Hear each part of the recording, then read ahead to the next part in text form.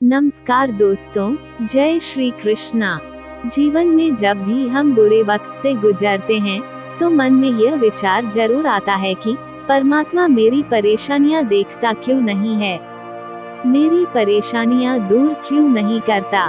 लेकिन सुख दुख तो हमारे जीवन का हिस्सा है। जीवन है तो परेशानियां भी होंगी, सुख दुख तो आते जाते रहेंगे। तो चलिए दोस्तों, आज का कहानी शुरू करते हैं। किसी नगर में रामू नाम का एक व्यक्ति रहता था जो अपनी परेशानियों से जूझ रहा था। उसे लगता था कि एक अकेला वही संसार का सबसे दुखी व्यक्ति है। सिर्फ उसी के जीवन में तमाम मुसीबतें तकलीफें हैं। उसको भगवान श्री हरि से इस बात की बड़ी शिकायत रहती थी कि भगवान ने संसार के सारे दुख उसके हिस्से दे दिए हैं। रामू सोते जागते भगवान से प्रार्थना करता और फिर कभी भगवान को दोष देता तो कभी खुद को कोसता रहता। भगवान है कि न तो विनती से सुन रहे थे और न ही उसके उलाहने सुन रहे थे। अब रामू बेचारा करे भी तो क्या करे। एक मुसीबत खत्म होती नहीं कि दूसरी आ जाती। एक दिन उसने सोने से पहले प्रार्थना की, प्रभु मैं आपके सामने कहते कहते थक गया, अब और मिन्नतों की इच्छा नहीं है। एक अंतिम बार कह रहा हूँ, कृपा करके मेरी प्रार्थना सुन लीजिए। अगर आपको मेरे दुख नहीं मिटाने हैं तो कम से कम इतना तो कर सकते हैं कि किसी व्यक्ति के दुखों से मेरा दुख बदल दीजिए, जिसके जीवन में मुझसे कम दुख होगा। हमेशा के लिए नहीं तो कम से कुछ महीनों के लिए ही सही, थोड़े दिन के लिए मुझे भी कुछ सुकून मिल सके। अब श्री हरि ने रामू की आखिरी इच्छा सुन ली और उसे उस रात सपने में भगवान श्री हरि दिखे। श्री हरि बोले, बालक मैं तुम्हारी प्रार्थना रोज सुनता था, पर मैं उनके ऊपर ध्यान ज्यादा दे रहा था जो तुमसे भी ज्यादा तकलीफ में है। खैर, तुम अपने सारे कष्टों को विस्तार से एक कागज पर लिखो, फिर एक गठरी बनाओ और किसी चौराहे पर जाकर उसे टांग कर आ जाओ। रामू हड़बड़ाकर नींद से जागा। पहले तो उसको बिल्कुल यकीन ही न हुआ कि सच में भगवान आए थे और उन्होंने उससे ये सब बातें कही हैं। फिर सोचा कि आजमाने में क्या हर्ज है, क्या पता इससे ही कोई रास्ता निकल आए। उसने भगवान श्री हरि के दिए आदेश के अनुसार अपनी सारी परेशानियां अलग अलग कागजों पर लिखी। इतनी परेशानियां लिख डाली कि सच में कागज का ढेर खड़ा हो गया और उसे गठरी में ही बांधना पड़ा। अब रामू ने अपनी गठरी उठाई और पहुंच गया चौराहे पर, लेकिन वहां पहुंचकर चौराहे का नजारा देखकर अचंभे में पड़ गया। उसने देखा कि चौराहे पर तो पहले से ही लोगों की लंबी लाइन लगी हुई है जो उसी की तरह अपने अपने दुखों की बड़ी बड़ी गठरी लिए आ पहुंचे हैं। अब रामू सोचने लगा, आखिर यह चक्कर क्या है। सब कुछ उसकी समझ से बाहर था। अभी वह इन विचारों में ही खोया था कि तभी एक आकाशवाणी हुई। वहाँ पे सभी को अपनी गठरी को चौराहे पर लगी अलग अलग खूंटी में टांग देने का आदेश हुआ।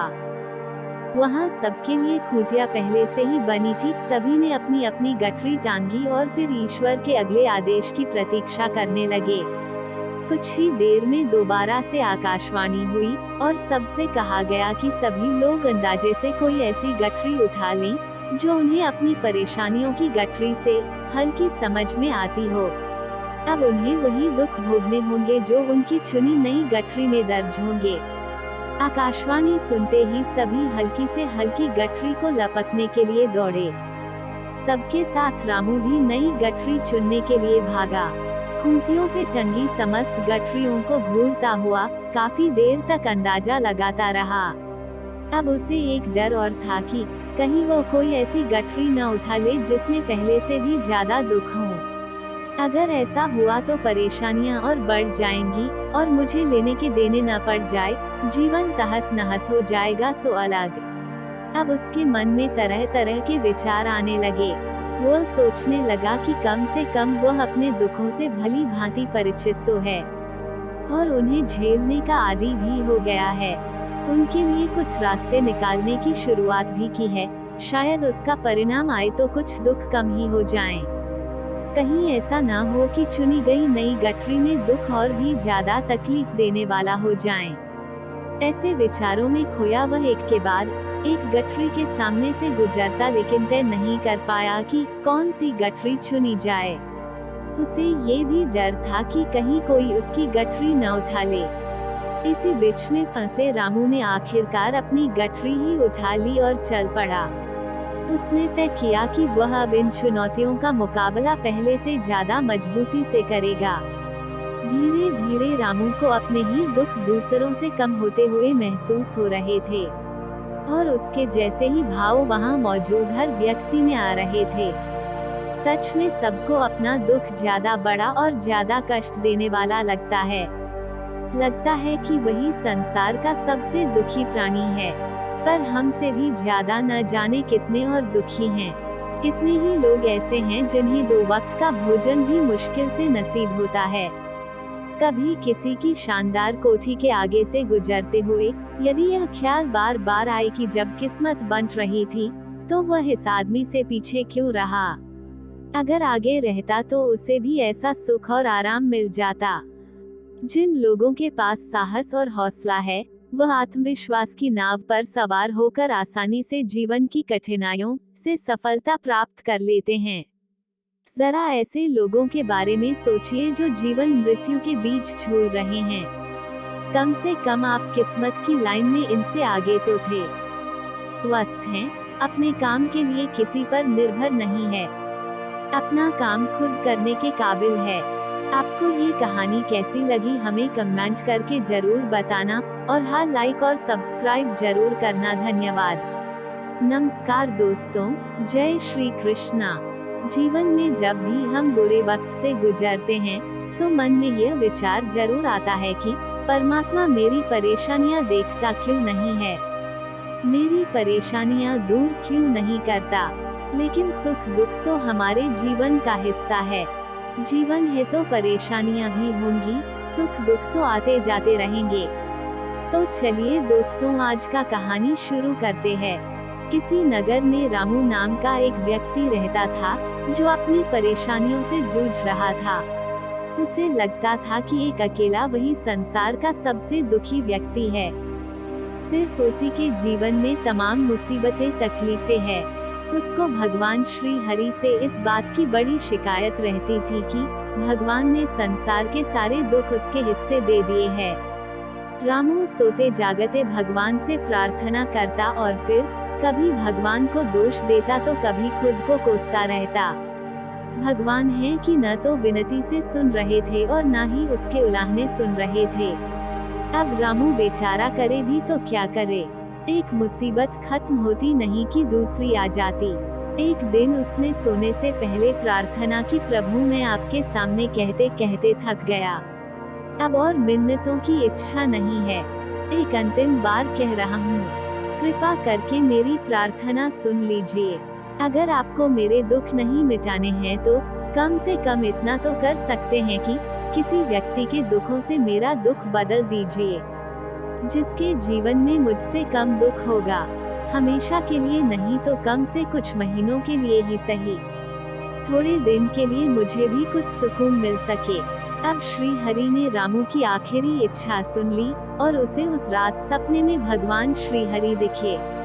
वहाँ सबके लिए खूंटियाँ पहले से ही बनी थी। सभी ने अपनी अपनी गठरी टांगी और फिर ईश्वर के अगले आदेश की प्रतीक्षा करने लगे। कुछ ही देर में दोबारा से आकाशवाणी हुई और सबसे कहा गया कि सभी लोग अंदाजे से कोई ऐसी गठरी उठा लें जो उन्हें अपनी परेशानियों की गठरी से हल्की समझ में आती हो। अब उन्हें वही दुख भोगने होंगे जो उनकी चुनी नई गठरी में दर्ज होंगे। आकाशवाणी सुनते ही सभी हल्की से हल्की गठरी को लपकने के लिए दौड़े। सबके साथ रामू भी नई गठरी चुनने के लिए भागा। खूंटियों पे टंगी समस्त गठरियों को घूरता हुआ काफी देर तक अंदाजा लगाता रहा। अब उसे एक डर और था कि कहीं वो कोई ऐसी गठरी न उठा ले जिसमें पहले से भी ज्यादा दुख हो। अगर ऐसा हुआ तो परेशानियां और बढ़ जाएंगी और मुझे लेने के देने न पड़ जाए, जीवन तहस नहस हो जाएगा सो अलग। अब उसके मन में तरह तरह के विचार आने लगे। वह सोचने लगा कि कम से कम वह अपने दुखों से भली भांति परिचित तो है। और उन्हें झेलने का आदी भी हो गया है। उनके लिए कुछ रास्ते निकालने की शुरुआत भी की है, शायद उसका परिणाम आए तो कुछ दुख कम ही हो जाएं। कहीं ऐसा ना हो कि चुनी गई नई गठरी में दुख और भी ज्यादा तकलीफ देने वाला हो जाए। ऐसे विचारों में खोया वह एक के बाद एक गठरी के सामने से गुजरता, लेकिन तय नहीं कर पाया कि कौन सी गठरी चुनी जाए। उसे ये भी डर था कि कहीं कोई उसकी गठरी न उठा ले। इसी बीच में फंसे रामू ने आखिरकार अपनी गठरी उठा ली और चल पड़ा। उसने तय किया कि वह अब इन चुनौतियों का मुकाबला पहले से ज्यादा मजबूती से करेगा।